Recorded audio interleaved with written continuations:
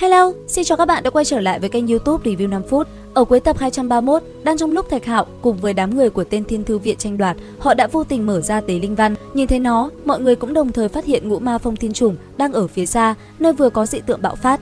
Ngay lập tức không chút chậm trễ, tất cả mau chóng phóng người về phía trước. Chớp mắt sau, chỉ thấy mọi người đã vây quanh một ngọn núi. Phía xa, nơi trung tâm của ngọn núi kia là một tòa kiến trúc cổ kính.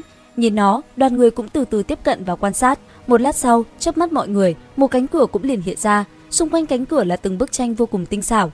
Nhìn hoa văn cùng những hình ảnh được khắc trên cánh cửa cổ xưa kia, mọi người đều im lặng, chỉ có Độc Cô Vân mới biết nó là gì. Bởi vậy mà trong lúc mọi người ở bên ngoài trao đổi, thì Độc Cô Vân đột nhiên tiến về phía cửa đá kia và đặt tay lên nó.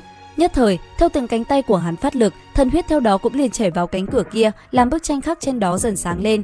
Chỉ trong nháy mắt, một màn ánh sáng đã liền bao phủ lấy Độc Cô Vân. Từ bên trong cánh cửa kia, một luồng chấn động cũng liền bạo phát. Sau đó, Độc Cô Vân lại bất ngờ có hành động kỳ lạ. Giờ khắc đó, chỉ thấy thân hình hắn ta phóng lên trời cao, toàn thân tỏa ra một luồng khí tức vô cùng mạnh mẽ, bạo phát ra xung quanh. Cảm nhận tình huống phát sinh, đột nhiên, Trích Tiên hành động, cây sáo trong tay anh ấy vung lên, một luồng ánh sáng cũng liền phóng ra. Nhất thời, từng luồng khí ẩn chứa những cánh hoa rực rỡ kia lại tạo thành một cái màn chắn trước người, tùy thời có thể tấn công đối thủ bất cứ lúc nào. Thế nhưng, cũng đúng vào lúc ấy ở phía xa, trên bức tường có khắc từng hư ảnh kỳ lạ lại đột nhiên phát ra âm thanh. Không chậm trễ, Độc Cô Vân liền đáp lại bằng ngôn ngữ riêng của tộc bọn họ.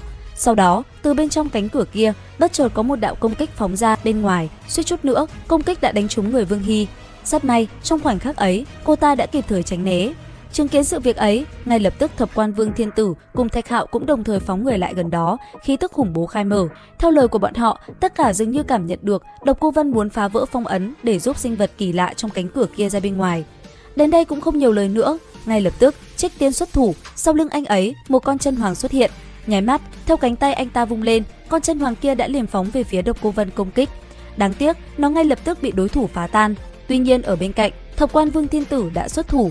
Trong tay anh ta, một đòn công kích đã liền phóng thẳng về phía cánh cửa kia mà công kích. Khoảnh khắc va chạm, chỉ thấy ầm một tiếng, một trận rung động bạo phát. Sau đó từ trong cánh cửa kia, một tiếng gầm vang lên. Tiếp theo, hư ảnh một con khỉ khổng lồ toàn thân một màu lông đỏ rực hiện ra. Nhìn nó, mọi người đều vô cùng kinh ngạc. Còn Độc Cô Vân, khi hư ảnh kia vừa xuất hiện, hắn ta đã liền tiến tới và cùng nó trò chuyện. Rất may, Thanh Y hiểu được một chút, nàng liền nói cho mọi người nghe. Tuy nhiên phía xa, Độc Cô Vân cùng con khỉ sau một hồi trao đổi lại bất ngờ trở mặt. Sau đó, cả hai đột nhiên lao vào nhau mà chiến. Chỉ trong chớp mắt, từng đòn công kích kinh người đã liền được hai bên đánh về phía đối thủ của mình. Có thể nói, trận chiến của cả hai là hết sức kinh người. Vừa giao chiến, sinh linh khổng lồ kia vừa hút lấy sinh mệnh của một vị tu sĩ, khiến hắn ta bỏ mạng ngay lập tức, làm mọi người chấn động. Chẳng những vậy, nó còn hướng về phía mấy vị tiên tử của Thư Viện Thiên Thần mà tấn công, khiến Vương Hy và Thanh Y gặp nguy hiểm.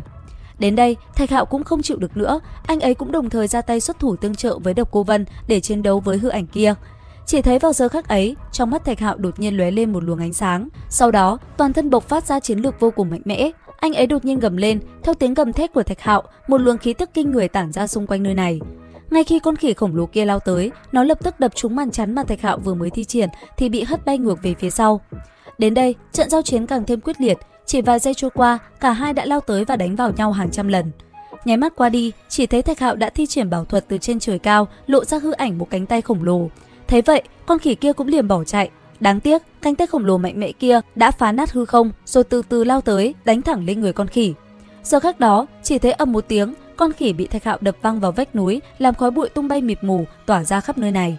Cứ như vậy, đại chiến diễn ra ác liệt đến đâu, thì con khỉ kia lại bị Thạch Hạo hành cho ra bã đến đó.